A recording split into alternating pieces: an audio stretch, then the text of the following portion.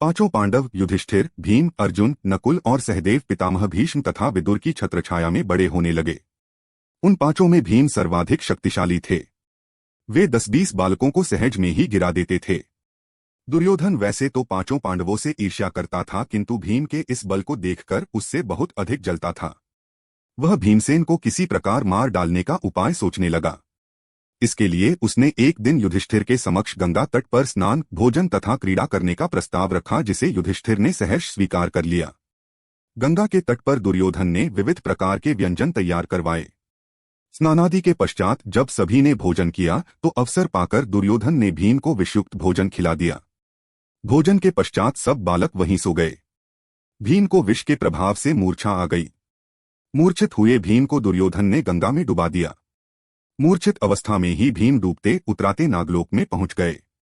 वहां पर उन्हें भयंकर विषधर नाग डसने लगे तथा विषधरों के विष के प्रभाव से भीम के शरीर के भीतर का विष नष्ट हो गया और वे सचेतावस्था में आ गए। चेतना लौट आने पर उन्होंने नागों को मारना आरंभ कर दिया और एक के पश्चात एक नाग मरने लगे। भीम के इस विनाश लीला को देखकर कुछ नाग भागकर अपने राजा वासुकी के पास पहुंचे और उन्हें समस्त घटना से अवगत कराया। नागराज वासुकी अपने मंत्री आर्यक के साथ भीम के पास आए। आर्यक नाग ने भीम को पहचान लिया और उनका परिचय राजा वासुकी को दिया। वासुकी नाग ने भीम को अपना अतिथि बना लिया। नागलोक में 8 ऐसे कुंड थे जिनके जल को पीने से मनुष्य के शरीर में हजारों हाथियों का बल प्राप्त हो जाता था।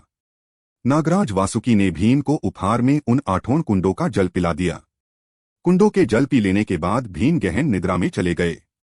8वें दिन जब उनकी निद्रा टूटी तो उनके शरीर में हजारों हाथियों का बल आ चुका था।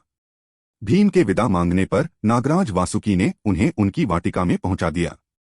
उधर सोकर उठने के बाद जब पांडवों ने भीम को नहीं देखा तो उनकी खोज करने लगे और उनके न मिलने पर राजमहल में लौट गए। भीम के इस प्रकार गायब होने से माता कुंती अत्यंत व्याकुल हुई। वे विदुर से बोली, हे आर्य, दुर्योधन मेरे पुत्रों से और विशेषतः भीम से अत्यंत ईर्ष्या करता है। कहीं ऐसा तो नहीं है कि उसने भीम को मृत्युलोक में पहुंचा दिया। उत्तर में विदुर ने कहा, हे देवी, आप चिंतित मत होइए। भीम की जन्मकुंडली के अनुसार वह दीर्घायु है तथा उसे अल्पायु में कोई भी नहीं मार सकता। वह अवश्य लौट कर आएगा। इस प्रकार हजारों हाथियों का बल प्राप्त करके भीम लौट आए।